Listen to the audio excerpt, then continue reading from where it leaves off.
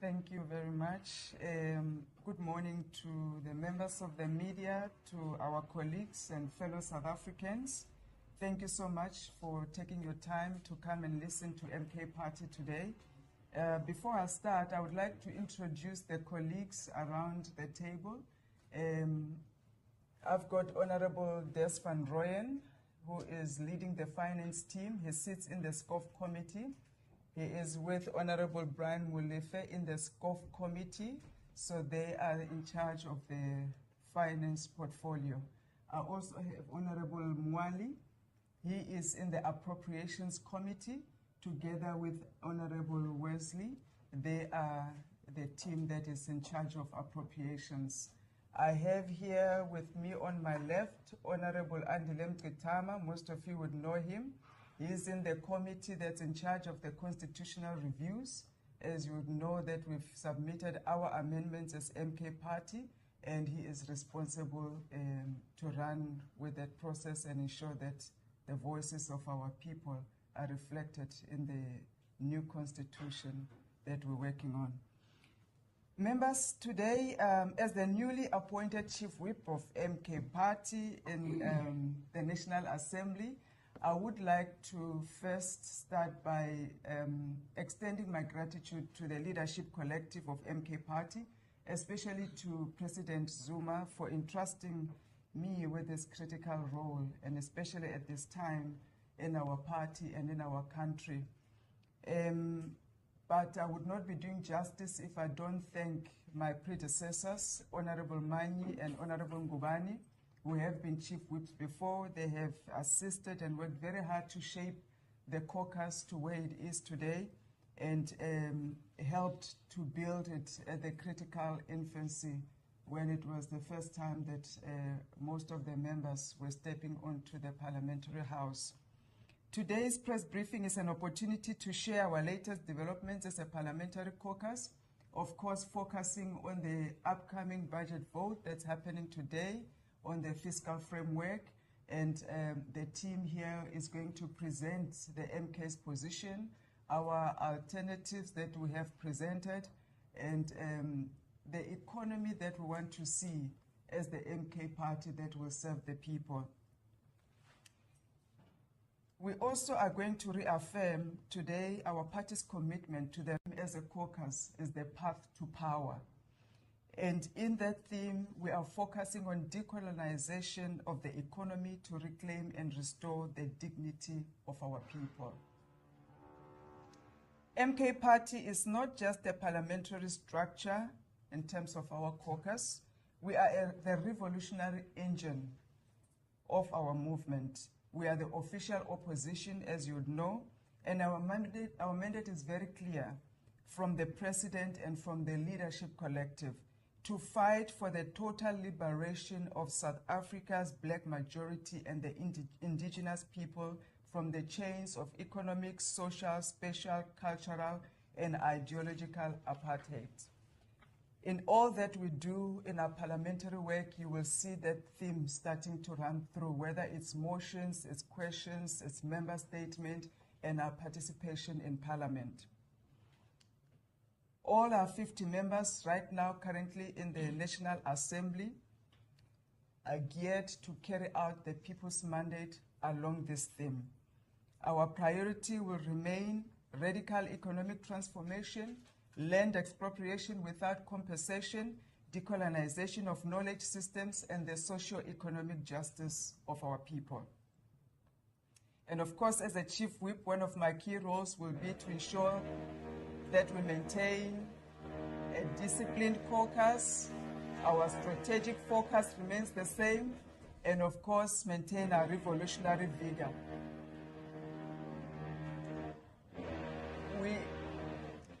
Is the noise fine, or should we pause? They're attending to it. Should I proceed? Thank you. We hold constantly and firmly so, assertively so, the government of national unity to account for all its glaring failures that we see on a daily basis. And as the MK Caucus, we also present a very credible alternative. We are the government in waiting. And in that, 3 priorities that you will see we'll be focusing on as a caucus going forward: strengthening our parliamentary performance, using our motions strategically, using elements like the constitutional review strategically to advance the policies that are embedded in our constitution and in our people's mandate. We are going to enhance our public engagements, deepening our connection with our people, the traditional leaders, our chiefs, our indunas, our churches, our youth, our students, and all our communities at large around the nations. Our sectoral engagements will also be more pronounced with our business people, our churches, etc. And some of the things that you'll see us advocating a bit more loudly as a caucus is the nationalization of key industries, universal access to utilities for the majority of our people. We're advocating very sharply for the establishment of the state-owned bank, decolonization of the judiciary system, educational systems, the Ubuntu customary laws, and the Ubuntu-based jurisprudence. So those are the things that you'll start to see in our theme of the path to power. But today, we are here to focus on the finance team. They've worked very hard in this process to put together the MK's position in consultation with various stakeholders and, of course, our members, our supporters, and various sectors. And what they're going to present today is what we're going to argue very sharply in today's debate. And my closing remarks, and we'll engage further when we get to the questions and answers, is that as MK Party, we are going to remain the true voice for the people of South Africa. We are going to remain that vanguard of South Africa's liberation struggle. And the caucus has strengthened itself and sharpened itself to position us to do that and as the alternative government in waiting. Honorable Des, I will hand over to you, and then you'll take over from here with the team. When the team is done, we'll open up for the questions and answers. I thank you. Thank you very much, Comrade Chief Whip. Good morning, members of the Fourth Estate, and of course, good morning to our beloved South Africans. We must indicate from the word-go that as MK Party, we reject the 2025 fiscal framework. What we are going to present to you today is a truncated version, and our submission is captured in the report that will be tabled today. Face of growing unemployment, poverty, and inequality. Our country has been operating without an approved budget for the past 71 days. As Umkhonto Party, we condemn the minister's repeated failure to present a credible fiscal framework. This further contributed to the deepening of the crisis of unemployment, which we are all aware that is at 43.1%, with youth joblessness standing at 72.4%. And of course, we know that we are a country of the extreme inequality, we are a country of the extreme poverty. This failure in our take as MK Party, we regard it as a betrayal of public trust, and it contributes to the possibility that there might be widespread socio-economic instability resulting from the frustration of those of our people who have been excluded from the mainstream of the economy. The Umkhonto Party reiterates that Parliament should have passed a motion yesterday to censure the Minister of Finance for gross mismanagement of the national budget process, which amounted to the violation of his constitutional and legislative duties. The fiscal framework that the so-called GNU is tabled on the 21st of May fails to recognize and respond to the fact that South Africa's economy only generates 249,000 jobs annually against 768,000 new labor market entrants. Additionally, the 2025 budget and the medium-term expenditure framework will fail to deliver the growth needed to meet the government's own medium-term development plan's GDP growth target of 3% by 2030. The so-called GNU aborted the regressive increase in VAT and its equally regressive subsequent fuel levy proposal disproportionately harm the poor, revealing a lack of empathy and a bankruptcy of visible solutions. Furthermore, both these measures are anti-growth. They dampen consumption spending, and they are also inflationary. Both measures are a brutal attack on the poor and working class of our country. In particular, the proposed fuel levy will increase transport costs, will increase food prices. It will benefit the wealthy and elite at the expense of the poor people that we represent in Parliament. And fuel levy will definitely perpetuate and deepens inequality.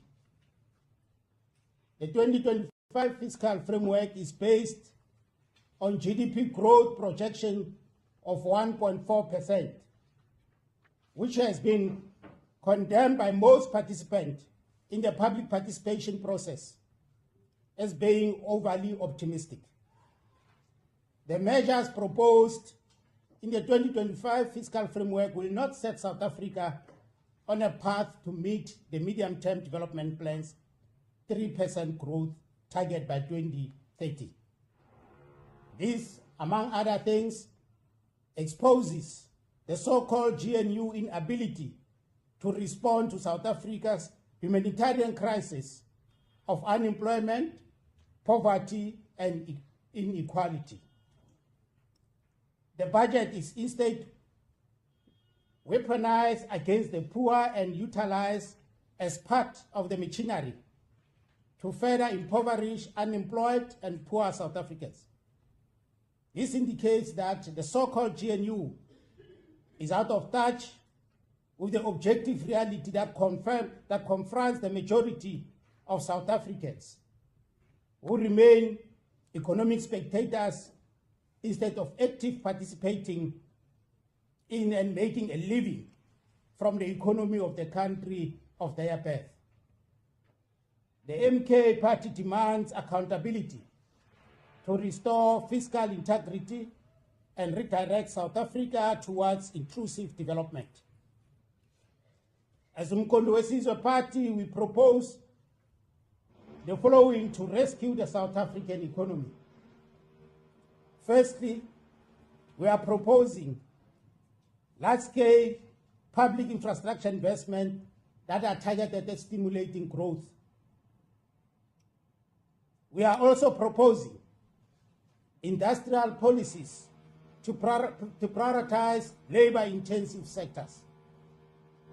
We are also submitting that the expansion of public employment programs like the Presidential Employment Stimulus and the Expanded Public Works Program must be looked at. We are also proposing the introduction of a wealth tax. Equally important, we are submitting as MK Party that we should be utilizing UIF or government employees' pension fund surpluses to kickstart our economy and set it on a growth trajectory instead of looking for loans from IMF.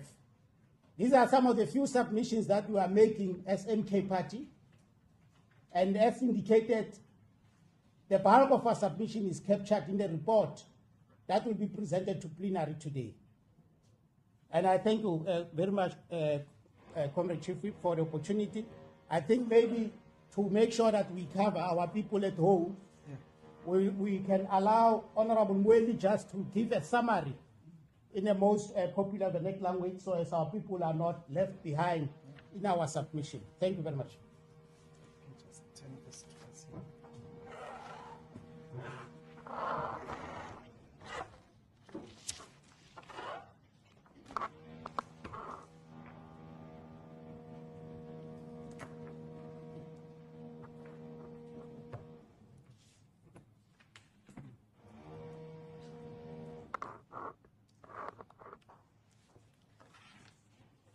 Angibingelela bezindaba, ngibingelela abantu bakithi base South Africa. Siwumkhonto wesizwe, siyasigxeka kakhulu isenzo sikaMhlonishwa obhekele isabelo sezimali eNingizimu Afrika. Kulandela ukuthi sekuphela izinsuku engango-71 kuloku uqalile unyaka wemali, kodwa izwe alinaso isabelo sezimali esiphasisiwe.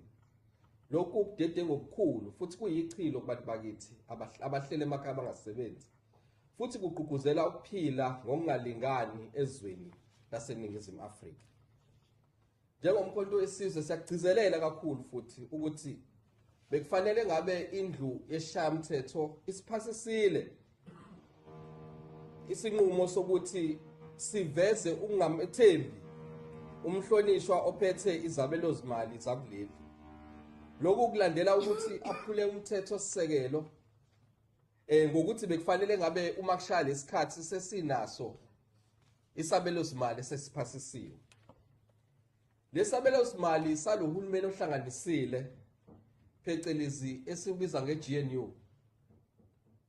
Sihlulekile ukubhekana nokuthi umnotho waseNingizimu Afrika kufanele ngabe ukhiqiza imisebenzi elingene u768,000. Kodwa njengamanje sikwazi ukukhiqiza imisebenzi kuphela nje ngonyaka engango-249,000. Lokhu kuyahluleka ukubhekana nenamba yabantu bakithi abahleli. Lokunyusa kwentela kaphethiloli kuzonyusa izindleko zezokuthutha, kuzonyusa izindleko zokudla, kuzonyusa izindleko zokuphila, ebese kuyagcizelela kakhulu ukuthi abantu baqhubeke ngokuphila ngokungalingani eNingizimu Afrika. Lokhu kuzophinde kwenyuse intengo yokuqhubeka, kuzonyusa intengo yokubhekana, kuzonyusa intengo yokubhekana nezimo zokuphila zabantu abaningi baseNingizimu Afrika abangasebenzi. So umkhonto wesizwe uyagxeka kakhulu lokho kuyisenzo sika Mhlonishwa obheke ukwabiwa kwezimali eNingizimu Afrika. Lokhu unyuswa kwentela kuzophinde uhlukumeza abantu abampofu kubacindezele bese kucebisa kakhulu abantu abacebile. Kuyisinqumo esiqhubekisa phambili ukungalingani futhi sibhebhethekise izinkinga zezindleko zokuphila. Siwumkhonto wesizwe besithi sifuna uhulumeni ayibhekisise kabusha lo mgomo ononya awubeke eqhulwini. Akawubhekisise kahle nomthetho ononya abeke eqhulwini inhlala kahle yabantu bakithi. Futhi siyiqembu lomkhonto wesizwe sithi ngeke lime lingenzi lutho ngesikhathi abantu bakithi abampofu bejeziswa ngokuhluleka kwezinqubomgomo zikahulumeni ngomnotho. Sizolwela ikusasa labantu bakithi elingcono lapho abantu bakithi baseNingizimu Afrika bezobuyelwa umhlaba, bathola imisebenzi bese bebuyelwa isithunzi sabo. Ngiyabonga kakhulu. All right, thank you very much, Chief Whip. I think we have Tswana, we have Africans, those of you who want to pose questions in those other languages. We are more than ready to respond to your questions. Thank you very much.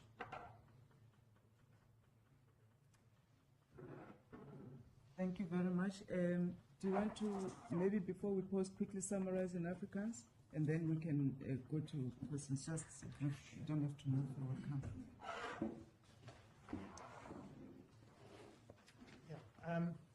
Goedemiddag allemaal. Suid-Afrika is al meer dan 70 dae sonder 'n wettige begroting. Dis 'n grondwetlike krisis.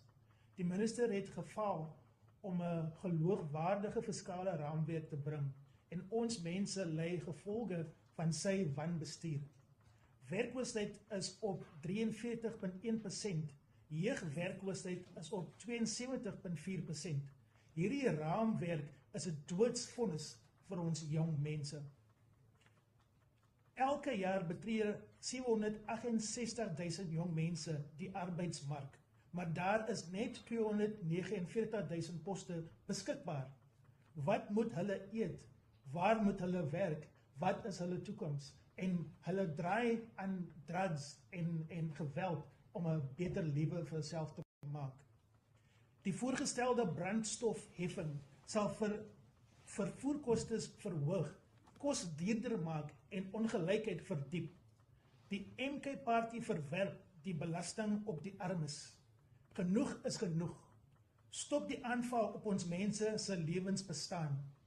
'n Begroting is 'n morele dokument en hierdie een wys geen genade vir die armoede van ons mense nie. Ons stel ware oplossings voor. Skep werk deur infrastruktuurprojekte, brei openbare werkprogramme uit en belas die rykes, nie die armes nie. Die enigste party wat praat vir die werklose, die honger en die uitgeslaates. Die regering stel 'n begroting voor wat groei beloof, maar op papier voorsien dit net 1,4% groei. Dis 'n leuen aan die volk om te sê hulle groei hierdie ekonomie. Die watse regering verhoog BTW na 'n pandemic soos 'n COVID pandemic. Na beheerkrag en met 19 miljoen mense wat reeds van toelaas aanhaflik is. Hierdie fiskale raamwerk is nie 'n plan vir heropbou nie. Dis 'n plan vir verdere verarming van die werklose meerderheid. Die MK-party sê as daar geld is vir ministeriële motors, hotelle en oorsee vlugte, dan is daar geld vir werk en vir kos vir ons mense. Die land moet teruggeneem word en dit moet gebruik word om ons mense uit armoede uit te vat. Die regering het geen plan om die werklike ekonomie te stimuleer nie. Geen plan vir plaaslike vervaardiging nie en geen plan vir jeugprogramme nie. Ons eis dat die oorskot van die werkloosheidsversekeringsfonds gebruik word om ons mense se lewens te red. Armoede is nie 'n statistiek nie. Dit is 'n realiteit van oumas wat hulle kleinkinders grootmaak sonder 'n inkomste. Ons mense laat lankal hul hoop in die stembus gelê, maar die stelsel is gebreek. En hierdie GNU is nie vir ons mense nie. Dit is nie vir die armoede nie. Dit is net vir die rykes en vir die elite. Dankie. All right, thank you very much, Chief. I think we are done. Yes. You can see leswinene loko mi yingiserile mi nyike nkarhi lowu. We are demonstrating to you that the parliament is not a house for technocrats and elites. It's a house for the people. And we are all represented. MK Party, we represent vanhu va hina hi ku angarhela, va fane va hi twa loko hi vulavula na vona. So hi va byerile namuntlha hi mhaka ya budget, ku swi vula yini ku ti-fuel levelet, swakudya swi ta ya henhla, mintirho yi ta va yi kala, na ti-transport ti ta va ti ri henhla. Vanhu va hina lava nga khomeka sweswiwani va nga koti na ku afforda nchumu, swi ta va tikela ku ya mahlweni. Kambe kona hi le ku lava ku hlamula swivutiso swa n'wina va mahungu. We are here to answer your questions now. We are going to open the floor for questions and answers, and we thank you so much for your time. You can manage that for us. All right. Okay. Are we going to do today's speech announce the name, your media house, and then the question that you have? Thanks, Ruby. Lindsay Denkin, Eyewitness News. Several questions. Firstly, how exactly does the party propose to introduce a wealth tax? We've heard Treasury say it's not something that is immediately workable. What exactly would your party want to see taxed? Is it assets? Is it land? Is it investments? The Chief Whip spoke about your program of action being land expropriation without compensation. We've seen an attempt in Parliament before fail. I don't know if that's part of your submissions to the CRC, but what is your plan of action for achieving that? Thirdly, it's been almost a year of the GNU, which you say has been a dismal failure. How would you rate your own performance as the official opposition in Parliament over the last year? And given the fact that you have been operating without your full complement, is that not problematic in terms of numbers in voting in the House? And what is your plan to fill those seats in the current window? I'll leave it there. Thank you. I think let's answer the questions first and then move on to the next question. I think it'll be the most practical. That's fine. We can do that. We'll leave the first question. Thank you so much, Lindsay. The first question, Honorable Des or Honorable Molefe, you can answer that. Land expropriation, Commander Andila will answer, and I will answer the last one. Yes, proceed. Okay, Honorable Fellow. Just swap with you. Sir, come.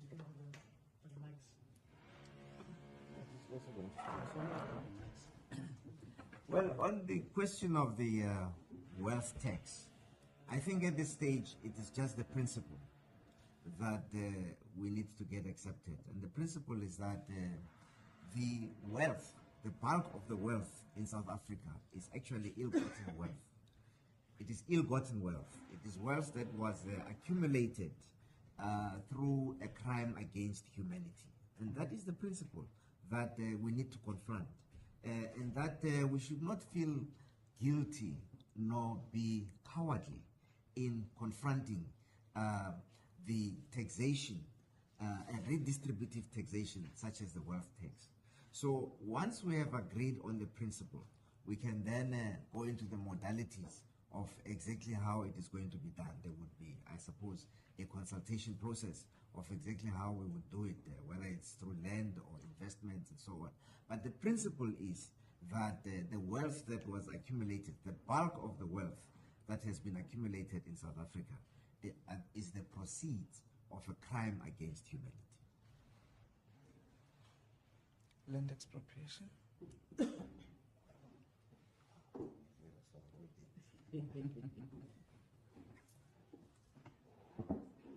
Good morning to the members of the media. So with regard to land expropriation without compensation, the MK party is undertaking two processes. The first, indeed, we have made the submission. One of the 25 submissions we made to the Constitutional Review Committee is on Section 25 to argue for land expropriation without compensation. But there's also another process we're undertaking, which is a private member's bill. And that process is at a very advanced stage. It will be introduced to Parliament. And we hope that progressive parties will finally vote with us to make sure that there is land expropriation without compensation. Thank you. Thank you. On the third question, the GNU failures, no one can deny the glaring. It's obvious that we are on budget version number 3 today because of those failures, not only in government, but also failure within themselves to reach consensus on critical matters that not only affect the poorest of the poor, the economy of South Africa, but our global image as a whole in terms of our ability to govern ourselves. So that is seriously concerning for us. Yes, indeed, we would have liked that we are 58 with all the 8 members that are still outstanding. And they are coming in this period where now it has been opened up that we can bring in our people according to the legislature of Parliament and the National Assembly. There is a process that goes behind selecting those that are suitable on various aspects to come and occupy the seats. The collective leadership of MK Party has had an overwhelming, and I mean it with the sincerity that it deserves, overwhelming interest from various sectors of our society to be part of MK Party in Parliament, because they can see the work that we are doing. Suddenly, here's people that most of them have never occupied these parliamentary seats, but, and in answering your other question, the performance of these members has sparked an interest in the community. The people of South Africa finally see themselves in us. The chiefs are here. We've got a diverse representation, women, we've got youth, we've got professionals, we've got even those with limited formal education that have been given an opportunity. Those who can't even speak English, you know, the way you and I expect each other to master this language, unfairly so. They are here, you know, advancing the interest of their communities. So I'm sure the selection process, I'm not sitting in those committees, has been very tough.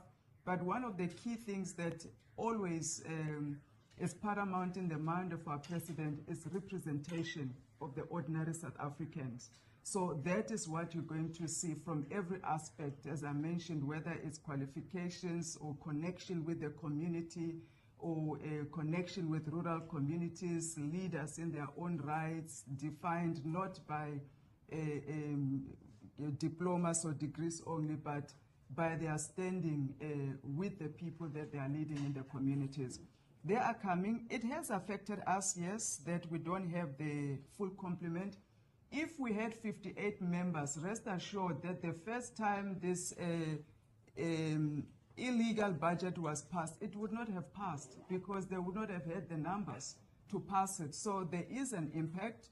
And we're hoping that in this period going forward, that gap will be closed. Rating our performance, the members of parliament have done really well. Of course, there's a lot to improve and to build upon, but for people that had never been have never been public representatives before, more especially at this level of parliament, I think we've done outstandingly well, and where we are lacking, we've put measures in place. People have enrolled to various courses. We are developing ourselves in various aspects of debating or specific technical committees that we are dealing with, and you'll see that improvement over time. But the fact that our communities respond to us, they hear us, they feel our work, that is where we are being rated, and it carries most weight for us as a party. Thank you. Yes, Sine, you have a question. Sine from Daily Maverick. Chief, you've partly covered my second question around sitting in the caucus itself, but I just want to go back to the motion of censure against the finance minister. Does that mean that MK will take other measures to hold him accountable for what is now Budget 3.0? Thank you. Okay, get the next question. It's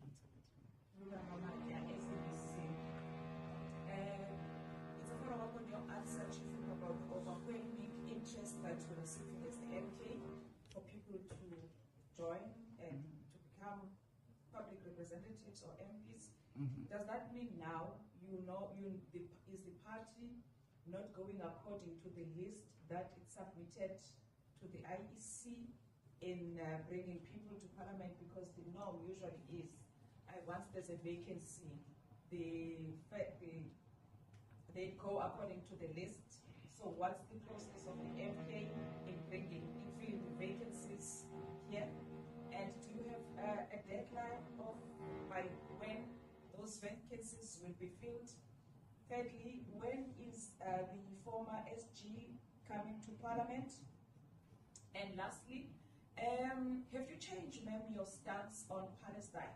You are surrounded by your party members who are wearing Palestinian scarves, and when you were in Johannesburg, you spoke against political parties that were in support of Palestine. You were anti-Palestine, but you've joined MK, who is pro-Palestine, looking at the branding that they are wearing here. What's your stance on that? Thanks. do we have the last? No, thanks. My name is Thabo Mokoni. I work for the Sunday Times. I think I've been covered by Lula because I wanted to ask for an update on the status of Mr. Floyd Shilom. Yeah. Is he still headed here? When is he coming? And with the window closing on Friday, are you confident that you will meet that deadline to submit your rejigged or supplemented list? And are you at liberty to share some of the people or some of the names that you will be bringing in, the new people that you will be bringing in? Thank you. We'll start with the first question around the censure, motion of censure. Yes. Yes, indeed. Yesterday, the motion of censure, as envisaged by us as MK Party, didn't go through. But that doesn't mean this is the end of accountability or maybe exercising our oversight role as members of parliament. There are various processes that we will continue to take advantage of to hold the minister accountable. As we speak, the appropriation committee is busy dealing with the appropriation bill as well as the division of revenue bill. And those are two important bills that are at some stage are used as tools for oversight or also for holding the National Treasury accountable. But as indicated, as MK Party, we don't have confidence in the projected allocations, but also the revenue that are envisaged. Because the reality of the matter is that the basis of some of these projections is as we are indicating in our statement, is overly optimistic. And we don't think that that will, at the end of the day, ensure that some of the envisaged expenditures will be realized. Even some of the expenditures coming from National Treasury itself, they are not yet confirmed. In fact, they are referred to as provisional allocations. So you can't run a budget with provisional allocation without details of where are you going to allocate those money. But the result of the matter is that our comrades, both in appropriations committee as well as us in SCOP, we will be using those platforms to hold the National Treasury and the minister accountable. So that's, but we will be working also with our people on the ground, because the result of the matter is that if you look at how this budget was approached, most of the submissions that are coming from the public has been ignored. I can tell you now with confidence that in the last round of public hearings, out of 18 submissions, written submissions made by various sectoral formations, they were all saying with one voice, away with fuel levy, don't introduce fuel levy. But they went beyond that and said, expand the zero rating basket. They went further and said, if you deal with personal income tax, adjust the tax brackets for inflation. And the result of the matter is that all those submissions were ignored. So it's clear that the public participation process is not something that is taken serious by this so-called GNU government. And as MK Party, we will be working with our people to make sure that we strengthen that element of our participatory democracy system, because we think that's an element that is being ignored. It's not only even those sectoral formations that submissions were ignored. You look also at the research think tanks that we are using, mainly here in Parliament, FFC and the Parliament Budget Office. Their inputs were ignored. So it's clear that public participation, if there's anything that we should be worried of as South Africa, public participation is not taken serious by this GNU government.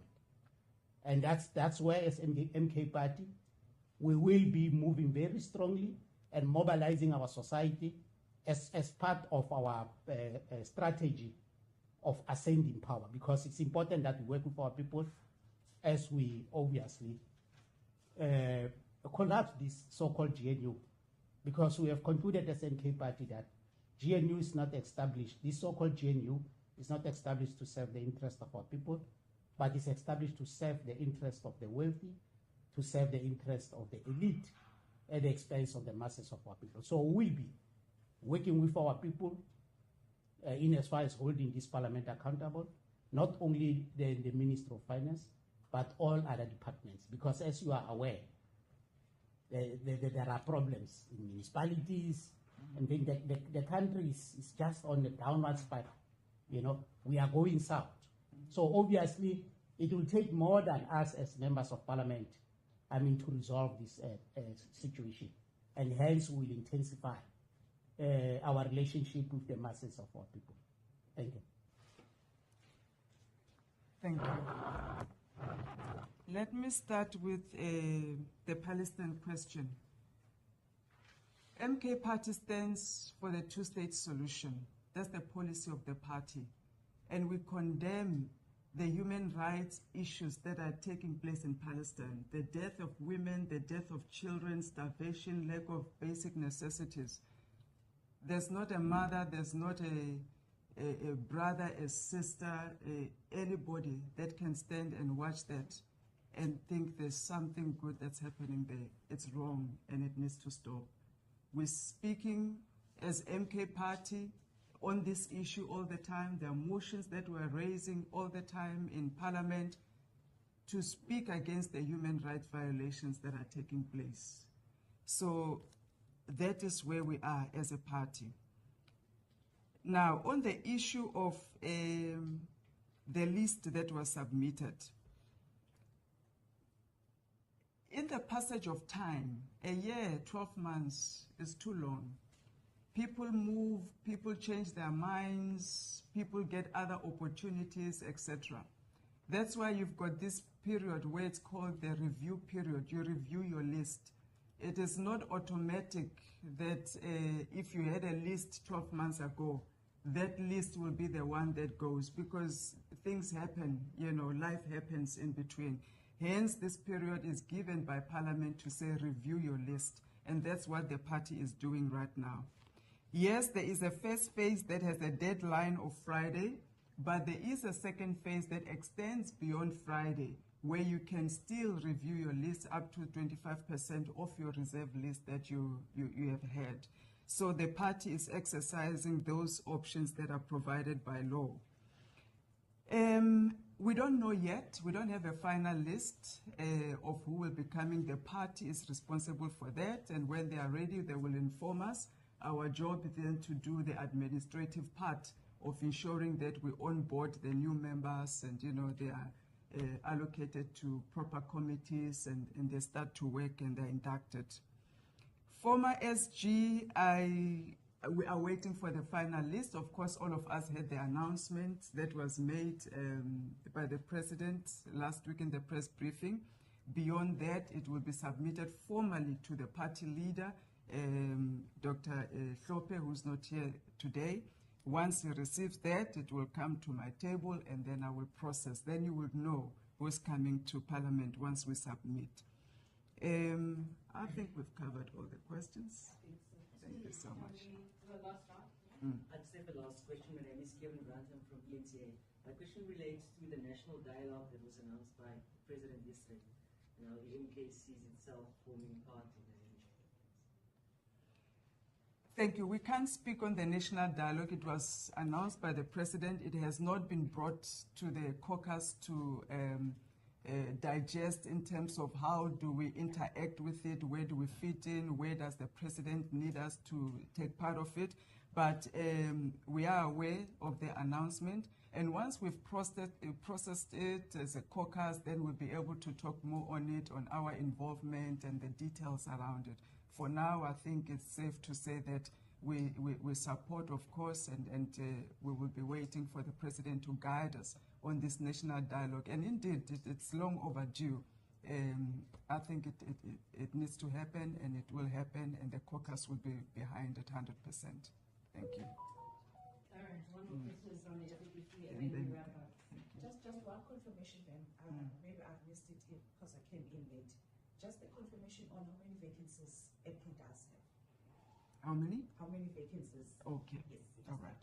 We've got currently 9 vacancies as MK Party, so we'll be filling in 9 candidates. Thank you, ma'am. All right. Thank you so